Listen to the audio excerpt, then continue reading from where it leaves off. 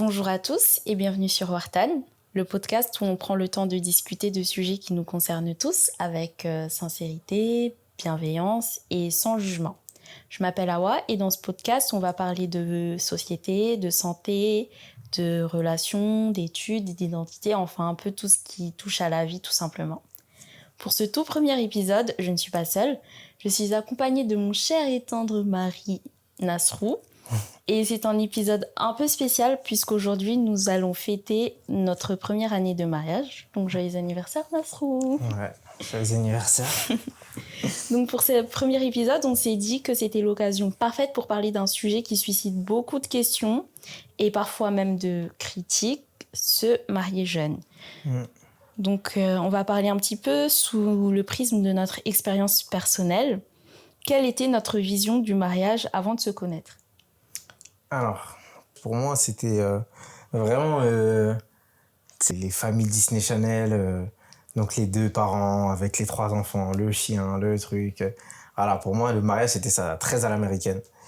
Et en grandissant, je me suis rendu compte que non. En vrai, ayant grandi dans des conditions, je vais pas dire précaires, mais en tout cas, pas avec énormément de sous et tout, j'ai vite compris que j'aurais pas une maison à 28 ans, que j'aurais pas une grande baraque à Los Angeles avec une grosse voiture et voilà quoi.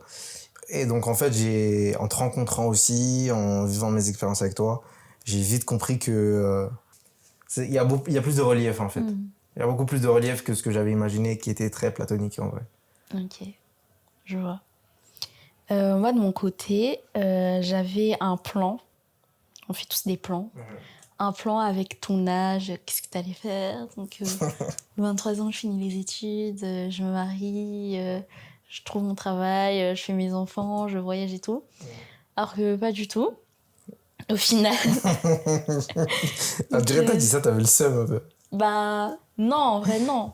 Mais la vie fait que tout n'est pas parfait. Et ma vision du mariage avant tout ça, en vrai... moi, mes parents, ils sont encore ensemble. Alhamdoulilah. Et j'avais une vision du mariage qui était assez saine. Mais en même temps, je connaissais pas mal de personnes qui vivaient des situations maritales très compliquées, avec beaucoup de divorces autour de moi. En plus, je suis issue d'une famille sénégalaise, ouest-africaine. Dans ma famille, il y a des polygames. Ouais, il y avait pas mal de questions autour de ça. Et je savais exactement ce que je voulais et ce que je ne voulais pas. Donc ouais, j'avais pas forcément d'attente particulière. Juste quelqu'un qui réponde à mes critères, au final. Au final, j'ai trouvé. Aïe. Hi. Donc, à quel moment tu as décidé de te marier ? À quel moment j'ai décidé de me marier ? Au moment où, en fait, j'ai compris que j'étais en couple avec une femme. C'est-à-dire ? Et que, tu sais, quand on se met en couple, moi j'ai 22, toi t'as 21 ans. Donc Ouais. en fait, on est très jeunes. Et au bout de quelques mois, je comprends qu'en fait... Moi, j'ai 20 ans. Bref. T'avais 20 ans ? Ah ouais, ok. J'étais jeune, hein.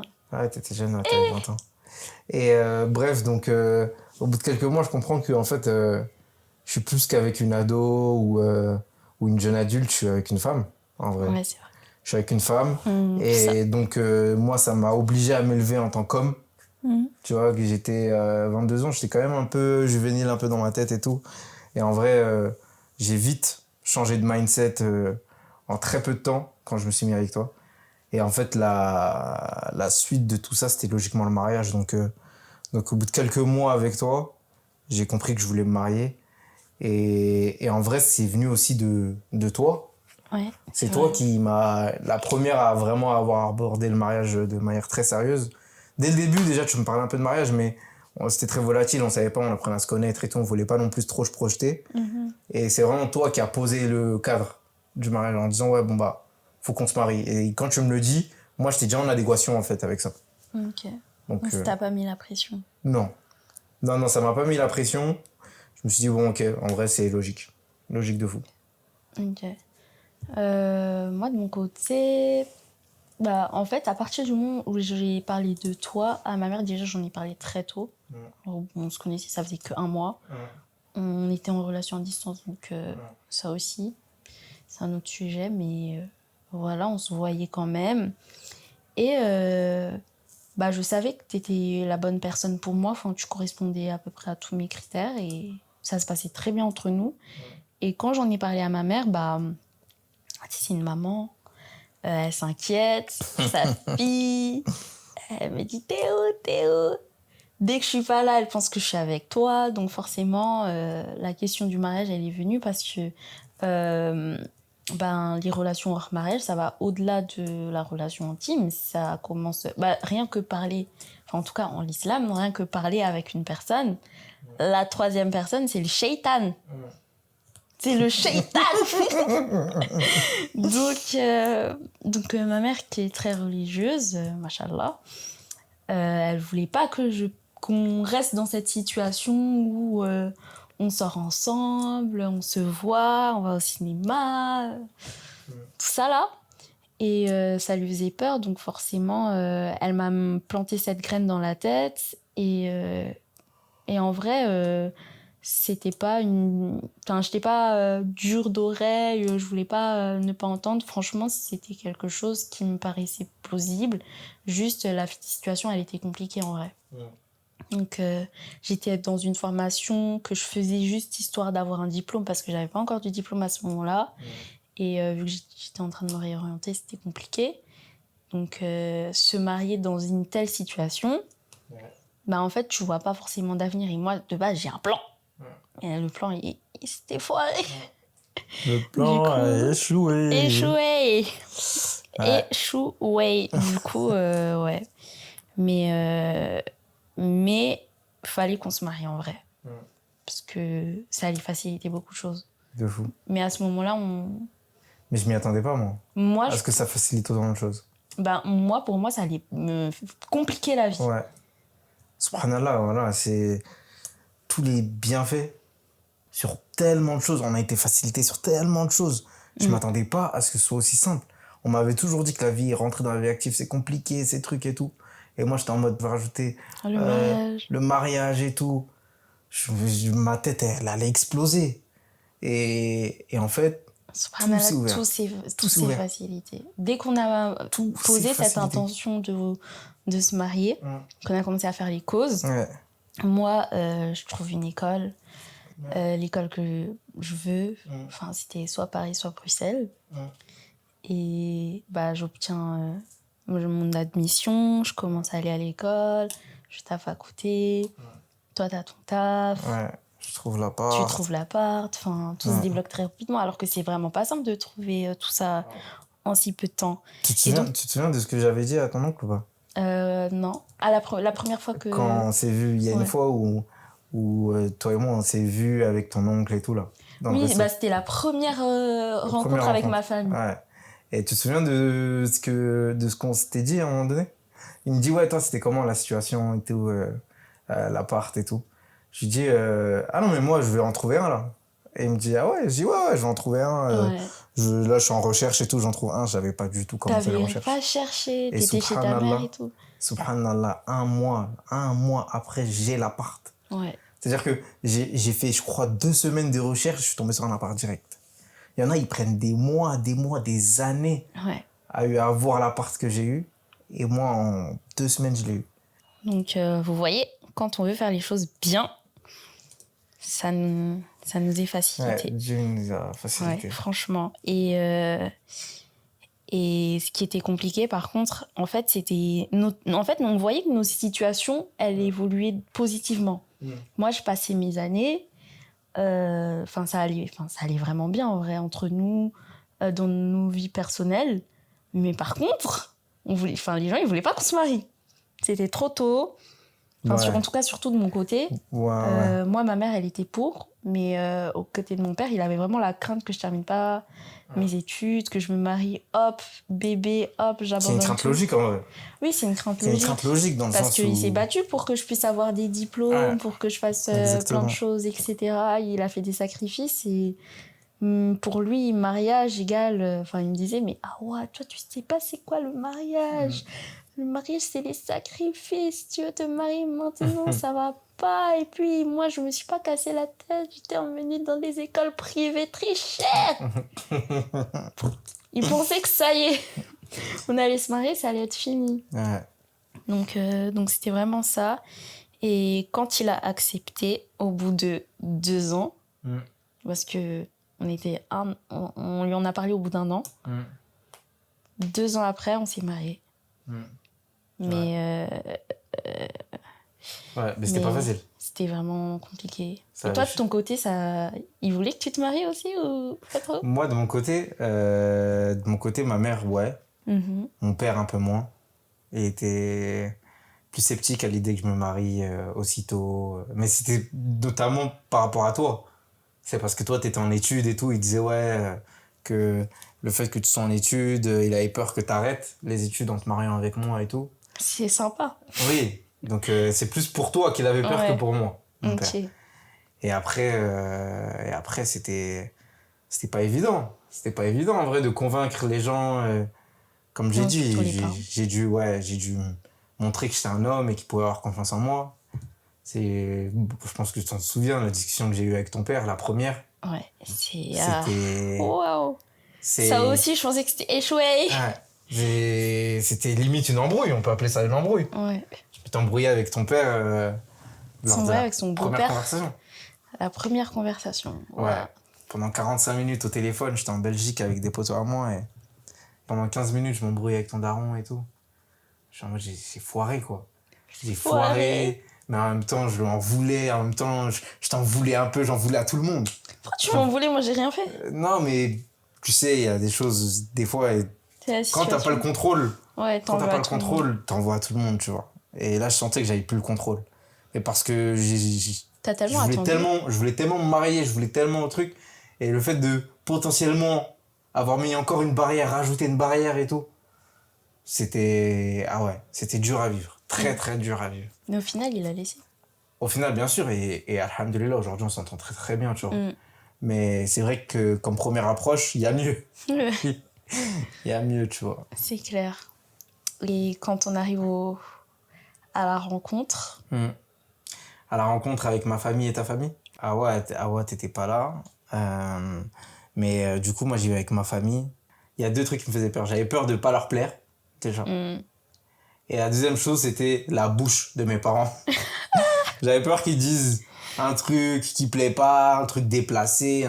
Tu sais, même si mes parents, ils sont hyper respectueux, ils m'ont appris le respect et je suis quelqu'un de très respectueux grâce à eux. Tu sais jamais ce qu'un parent peut dire. Oui, ça peut être maladroit. Ça peut être maladroit, ça peut être mal vu, ça peut être... Nous, on est une génération...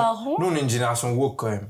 Ouais, mais entre parents, je trouve que les parents s'entendent bien entre eux. Hein. Ouais. C'est plutôt les parents avec les jeunes. Non. Parce qu'en fait, ils ont quand même grandi dans des cultures différentes. Et donc, j'avais peur que, il y ait des choses sur lesquelles ils ne soient pas en adéquation. Voilà, pour parler de différence de culture en Afrique, nous, par exemple, nos mariages et vos mariages, c'est pas la même chose. Non, c'est pas pareil. C'est-à-dire que ça se trouve que mes parents, ils seraient venus avec des requêtes qui n'auraient pas plu à tes parents et vice-versa, tu vois. Et en fait, comment ils auraient répondu, mes parents? Tu vois ce que je veux dire? Ouais, mais en vrai de vrai, moi, mes parents, c'était pas ça. Mes parents, ils étaient pas du tout dans les festivités, les traditions. Ouais, bien sûr. Après, ça, c'est... Encore une fois, moi, pendant la préparation de notre mariage, je pensais qu'il y avait des choses sur lesquelles mes parents n'étaient pas dessus, mais en fait, si, tu vois. Donc... La préparation de mariage, on y vient. On y vient. Tu veux parler? Tu veux dire quelque chose? C'était pas facile. C'est pas facile. En fait, nous, on voulait un petit mariage. On voulait un petit mariage dans le halal avec peu de monde. Sans musique. Voilà, sans musique. Awa a invité une 20aine de personnes. J'avoue, moi, j'en ai invité une 50aine. T'as abusé. J'avoue, mais voilà, on était 80 personnes à peu près. Répartis sur 2 moments. Le matin, l'après-midi, c'était les vieux.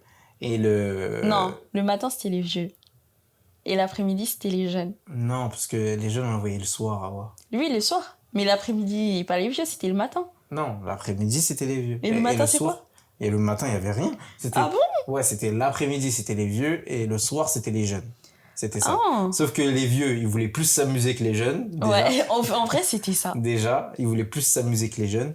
Et aussi, ils voulaient aussi être ensemble, ce qui est totalement compréhensible en vrai. Tu vois. Ouais, oui. Donc ça n'avait pas plu à nos parents, donc on a dû changer l'organisation, etc. Et au début, on s'est dit, bon, ok, on change l'organisation. Et en fait, mes parents, en vrai, se sont imposés en disant, non, nous, on veut ça. Et donc, le ça, c'est plus du tout ce que nous, on avait prévu. Ouais. C'est bien plus grand, bien plus festif, bien plus tape à l'œil, on va dire aussi, tu vois. Ouais. Donc, moi et Awa, on s'est dit, ok, bah, si vous voulez ça, faites. Mais nous, on fait pas. C'était pas nous, on fait pas.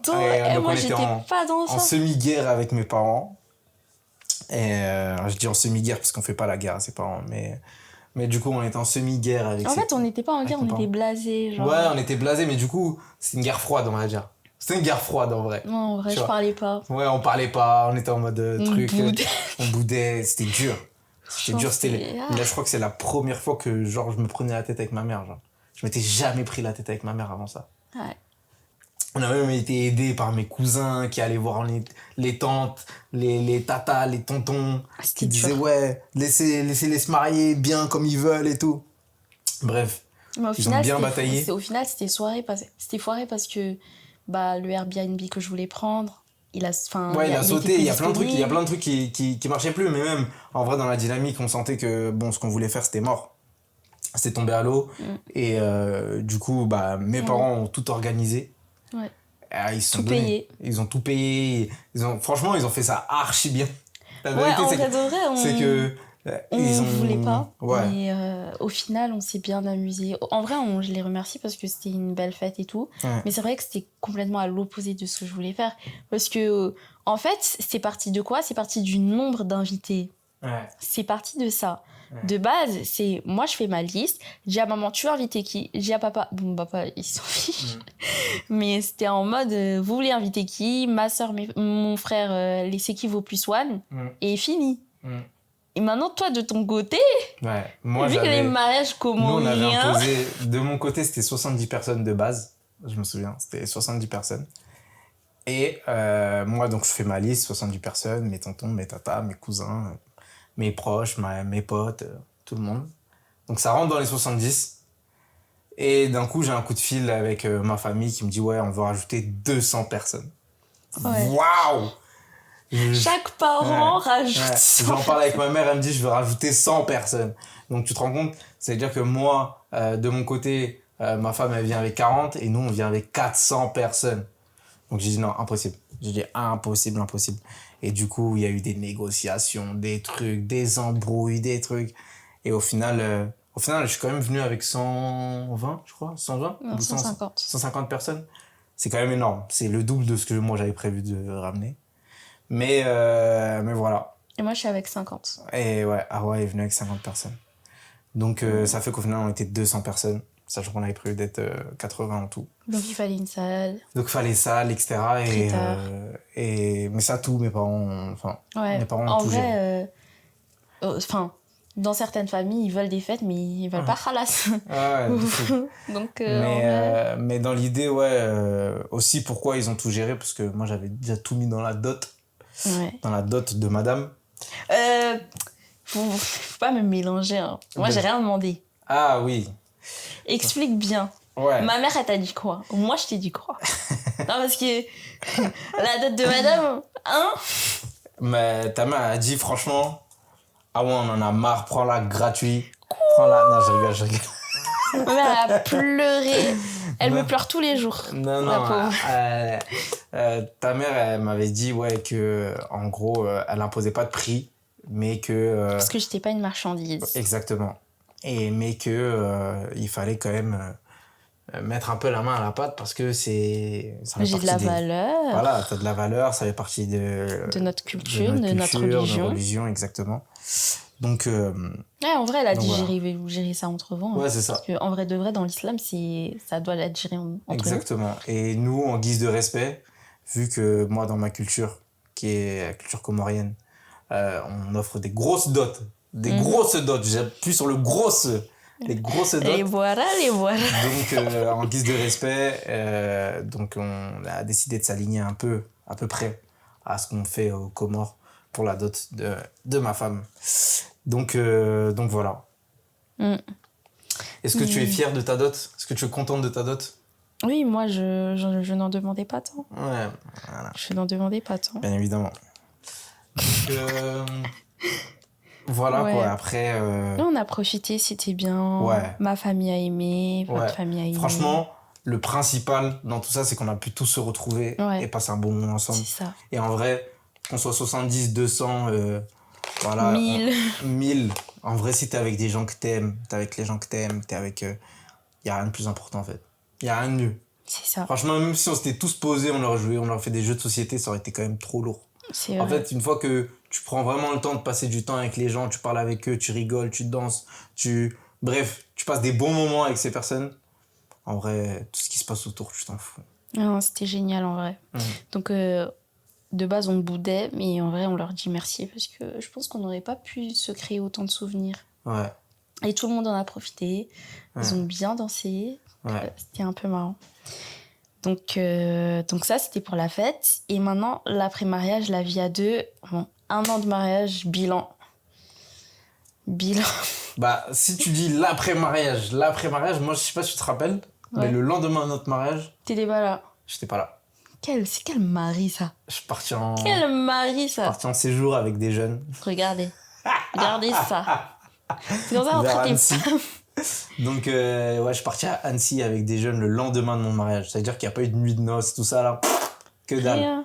On a fini le mariage, il était 2h du mat. 3h 4. Ouais, 3-4. Et à 6h du mat, je me suis préparé pour aller à mon séjour. Moi, j'étais seule. Mais du coup, j'ai profité avec ma famille. Enfin, on a eu le temps de se dire au revoir et tout. On a profité ensemble, en vrai.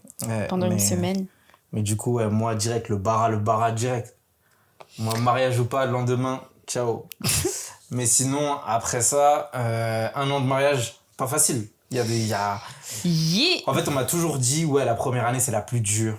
Et moi, c'est vrai qu'au début, quand moi, je suis marié avec Awa et que je fais des points dans ma tête sur cette première année, je suis en mode, mais en fait, c'est facile de ouf. On s'entend archi bien, il n'y a pas d'embrouille. Presque pas, On vit bien ensemble et tout, nanana. Mais en fait, je pense que quand les gens me disaient ça, ils ne me parlaient pas forcément de notre relation à nous deux. Si, pour moi, si. Hein. Ah ouais? Moi, ce qu'on me disait, en tout cas, les échos que j'avais eus, c'était que la première année, c'est la pire.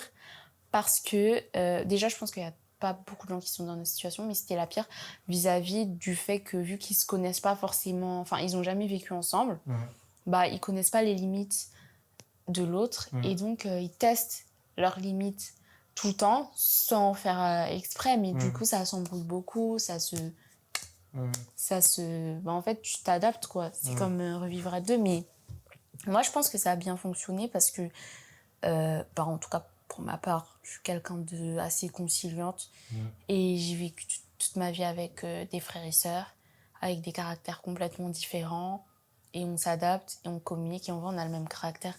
On n'est pas des gens qui vont crier pour rien ou quoi. On communique, en fait, c'est ça. Et on met aussi beaucoup de notre ego de côté. Donc, je pense que ça joue sur le fait qu'on s'embrouille peu. Mais sinon, ce qui est assez compliqué, en vrai, sur la première année, forcément, c'est financier. Ça veut dire que, en vrai, t'as jamais vécu pour... Pour deux, en vrai. Ouais, tout simplement. Ton salaire, en général, tu l'as pour toi, donc tu l'utilises pour toi, et potentiellement pour des sorties avec ta copine et tout.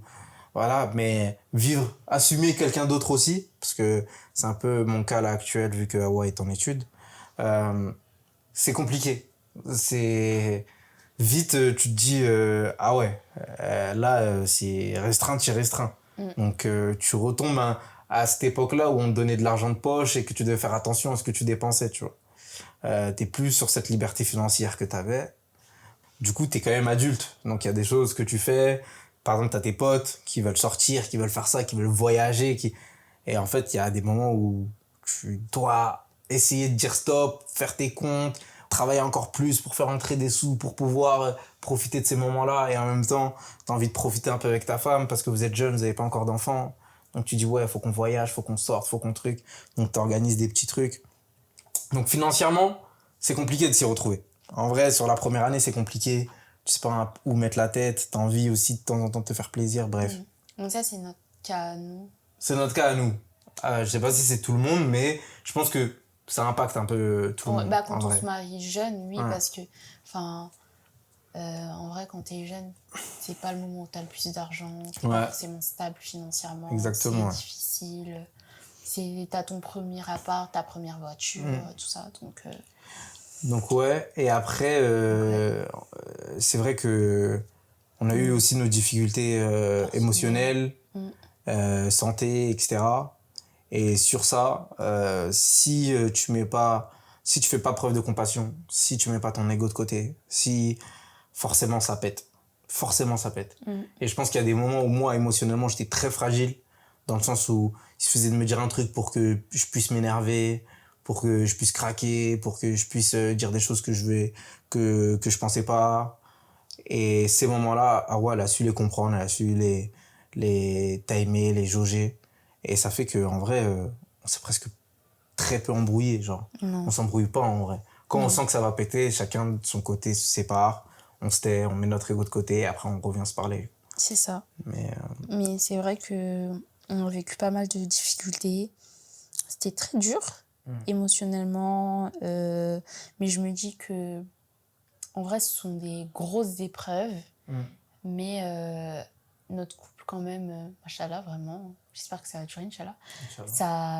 Notre couple est solide parce que malgré tout ça, en général, les couples quand ils se séparent, c'est des grands événements, des grosses difficultés. Et là, en fait, le fait qu'on soit ensemble, on les a vécus ensemble, en fait, on s'est soutenus. Je pense que tout seul, ça aurait été trop dur. Mais là, le fait qu'on soit deux, c'est un soutien. En vrai, c'est que du positif. Donc, moi, j'ai bien aimé, hein. Même si c'était dur. En fait, c'était dur au niveau de la vie, pas au niveau du mariage. Bien. Ouais, exactement. C'était la vie qui est dure. La France, les Macron. Est-ce que tu aurais des conseils à donner à des jeunes qui veulent se marier ? Ouais, 2 conseils. Déjà, le premier, mariez-vous.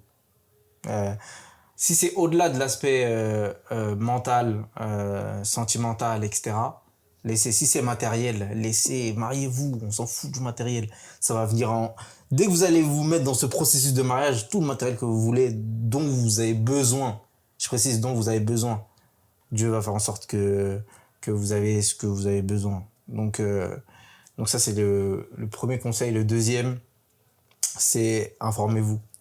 Informez-vous, prenez le temps de connaître la personne, prenez le temps de connaître ses proches. Informez-vous pour être sûr de votre mariage, pour être sûr de votre union. Et pour revenir à ce que je disais juste avant, je préfère une personne qui se marie 30 fois et qui divorce 30 fois qu'une personne qui a 30 relations hors mariage. Et après, comme je vous ai dit, si vous vous informez bien, si vous prenez le temps de vous informer, de connaître la personne, en général, vous ne faites pas 30 mariages. Vous ne faites pas 30 mariages. Non. Donc, oui, c'est ça. En fait, il faut rencontrer la bonne personne.